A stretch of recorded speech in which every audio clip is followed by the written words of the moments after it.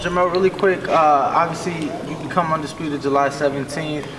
Earl was successful against Pacquiao. I mean, it'd be hard to argue with Derrick James right there being trainer of the year, right? Correct. You know, undisputed champion and having 3 of the 4 belts for Earl at welterweight. Why do you think that maybe, as mentioned earlier, maybe he is a little underappreciated or not spoke, Derrick that is? Like, why do you think that? Derrick's from the old school, you know, like, they don't look for attention. A lot of people that's in boxing, they want to look for attention because they want their fighter. They want to be the coach that get another fighter. Derrick is the type of coach that doesn't want another fighter. So he's quiet, you know, like it takes a lot to be that guy that say, hell, let me get the next fighter that's going to be a champion. Derrick's looking at this opportunity like, hey, these are my studs, these are my guys, let's keep fighting.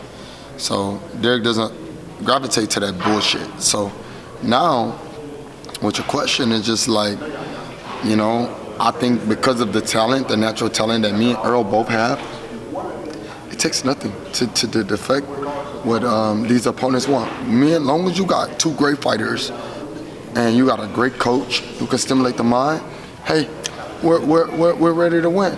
Obviously, you made the transition from Ronnie Shields to Derrick a few years. Being under Derrick and working with Derrick now for a few years, what do you think, looking back throughout these years, what do you think has been the best thing he's brought out of you? You know, just my personality, you know, like a lot of people talk that shit and say, Jermell then wasn't talking like this until he got this money. They don't know you. Like I had that street money too, you know? like I was satisfied. I mean, a lot of people in the streets wasn't making much money as me still at that time, but thank God to boxing, I'm out of the streets, but I'm still boxing. I'm fucking shit up. Like that's what it's about. But because of Derrick, it created a different humbleness in me. And then look at my career. Like I lost before, I've bounced back, I fought for more, and I have more hunger, jet fuel, what they call it. And everybody remind me, Jermell, put that jet fuel together. Put that jet fuel. Yeah. JPA. You did. Let's get more ethos. You know, sometimes in life you don't have to have too much. And it took a lot for me to do a press conference right now. You know, like I'm not really one of those guys. I can talk, yes, but I'm not really one of the talkers because I'm like a walker. You know what I mean? But I'm really serious about everything I say, and I'm just afraid to say the wrong thing, so it's like I'm battling mentally with everything, and it takes a lot for me to be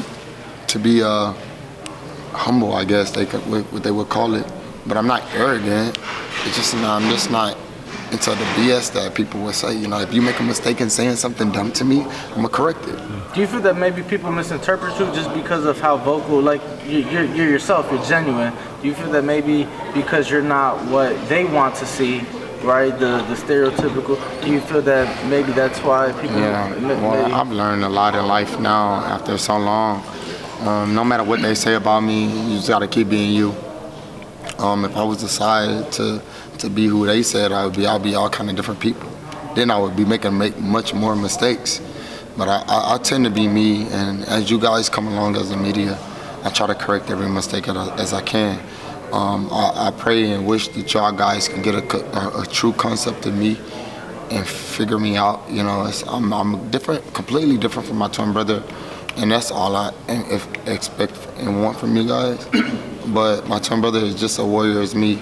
I love my brother to death. We do have our ups and downs, but I just want the world to know the difference between Jermell and JERMELL CHARLO. I have a lot that I fight for. I fight for integrity.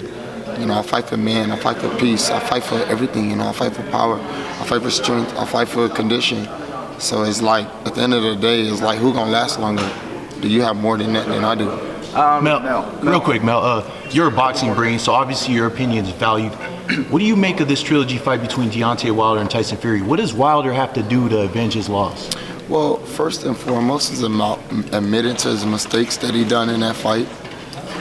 Like I said before, I have no problem with Wilder. I actually like Wilder as a fighter. I like Wilder as a puncher.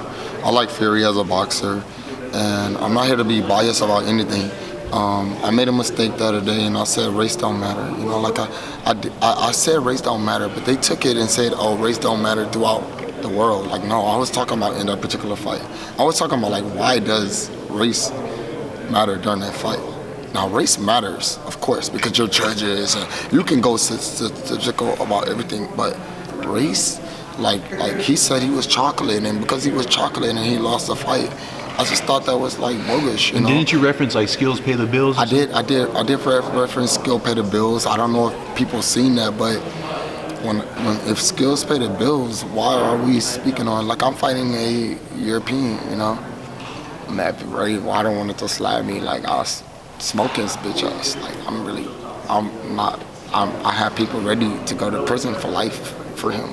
So if like I'm not interested in somebody saying they're gonna slap me, this is my life and your life that you're dealing with. So let's see who really more of that then. Like since you so like right, let's see if you really about that shit. Like cause I was a part of this shit before boxing. Like that's what I stand for. But at the end of the day, this is boxing, right? And then in boxing, during that fight, you know, I didn't see a significant way that they can say he cheated. Now, a lot of people say, man, gloves and all of this. Commissions check gloves right before fight, during the fight. They don't leave. I don't see any position happening where Wilder could have made a mistake or Fury could have did some cheating shit. If they didn't catch that, they're bogus on that. All right, like, and I hate Fury for that. Like, I don't fuck with none of these motherfuckers. Fuck a Fury, fuck a Wilder, fuck all these motherfuckers. This is about us in Texas, right? Like, I don't care about none of that shit. But I'm not here to turn against my black people. Like, I'm here for my black community. I'm here for my black fighters. I'm here for my black region, whatever. We've been doubted our whole life.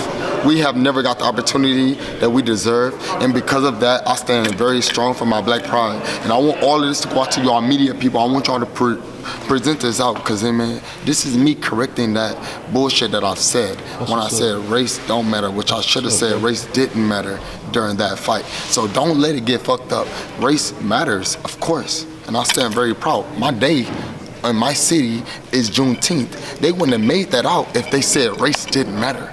You know, they understand me, so therefore it does, okay? And I want, no, I'm not done. I just want the world to know that I'm not afraid to speak on racism. And I know it's not fair, but at the end of the day, you know, we all going to heaven, or we're trying to get to the gates of heaven.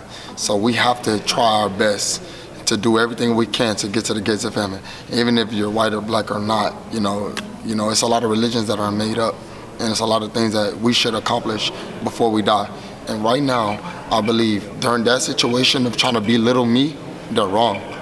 I'm here for my people, but I'm also here for anybody. That's real talk. That believe in me. This is the last question. Texas, right?